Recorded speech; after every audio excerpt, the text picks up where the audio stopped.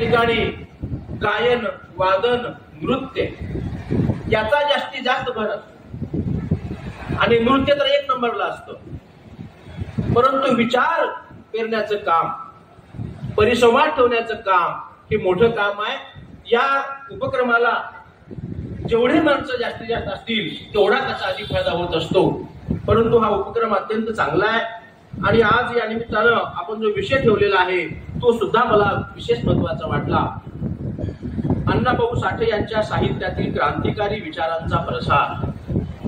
बंधू आणि भगिनींनो, अण्णाभाऊ साठे आणि हे सर्व जे महामानव या भारतामध्ये जन्माला आलेले आहेत त्या प्रत्येक महामानवानं आपल्याला विचार दिलेला आहे.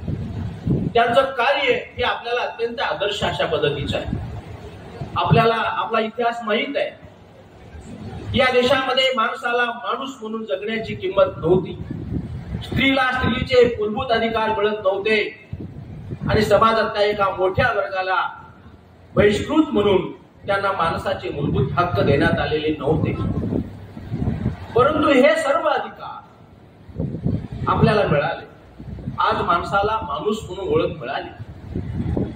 पण मला असं वाटतं ही ओळख का मिळाली, कशी मिळाली, अचानक मिळाली का? तर मला असं वाटतं की ही ओळख निर्माण करून देण्यासाठी अहोरात्र या महामानवांनी या देशामध्ये मानव मुक्तीची चळवळ राबवलेली आहे. आणि म्हणून आज आपण सगळे स्वतंत्र झालेलो आहोत. आज आपण सगळे समतेच्या युगात आहोत, संविधानाच्या युगात आहोत. आणि म्हणून खऱ्या अर्थानं या देशातले महापुरुष आपल्या सर्वांच्या सुखी जगण्याचे शिल्पकार जर कोण असतील तर हे महामानव आहेत. आणि म्हणून ह्या महामानवाची पूजा, महामानवाच्या विचाराचा जागर हा प्रत्येक भारतीय माणसाने घातलाच पाहिजे. अशा पद्धतीचं एवढं मोठं काम या देशामध्ये झालेलं आहे आणि ते महामानवांनी केलेलं आहे. आणि या महामानवांच्या मालिकेमध्ये अण्णाभाऊ साठे एक आघाडीवर असलेले महामानव आहेत. बंधूंनो, आपल्याला असं सांगितलं गेलं अण्णाभाऊ साठे होते, लेखक होते, साहित्यिक होते, कलावंत होते. परंतु अण्णाभाऊ साठे हे माणसाला माणूस म्हणून हक्क देणारे एक मोठे समाज सुधारक होते. या देशामधले एकमेव अण्णाभाऊ साठे आहेत की जे कथाकार होते, कादंबरीकार होते, लेखक होते, कलावंत होते, कार्यकर्ते होते, वक्ते होते, शाहीर होते. एवढ्या प्रकारचं डायनामिक आणि अष्टपैलू व्यक्तिमत्व हे भारतामध्ये फार कमी प्रमाणामध्ये आपल्याला मिळेल. ते अण्णाभाऊ साठे यांच्या व्यक्तिमत्वामध्ये आपल्याला दिसतं.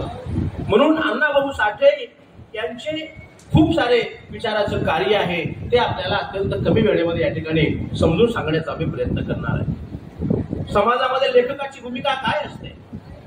लोकांना असं वाटेल लेखक म्हणजे काय, लिहायचं, लोक हसतात, लोक रडतात, लोक मनोरंजन करतात. पण तसं नसतं. एखादा लेखक जेव्हा एक शब्द लिहितो, एक वाक्य लिहितो, त्या वाक्यातून, त्या शब्दातून समाज घडत असतो किंवा समाज बिघडत सुद्धा असतो. एवढी शब्दाची ताकद असते. आपल्याला माहित आहे काही लेखकांनी समाज बिघडवणारं लेखन केलं, परंतु अण्णाभाऊ साठे हे समाज घडवणारे लेखक.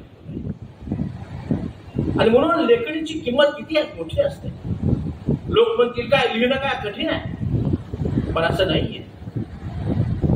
लेखणीची किंमत ही फार मोठी असते. बंधूंनो, व्हॉल्टेअर नावाचा एक फ्रेंच मधला विचारवंत होता आणि त्या व्हॉल्टेअरला त्या राजाने पकडलं.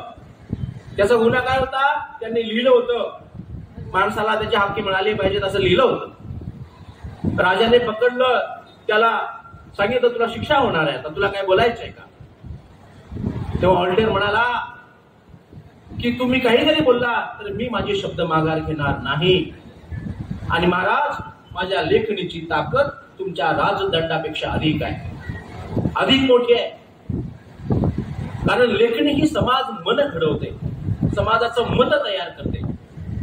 आणि म्हणून लेखणीची ताकद खूप मोठी आहे. अण्णाभाऊ साठे यांनी या देशातील समस्त शोषित, वंचित, कष्टकरी, दलित, बहुजन वर्गाच्या एकूणच सुखी जीवनाची स्वप्न पाहिली आणि त्यासाठी लेखणी हे माध्यम निवडलं.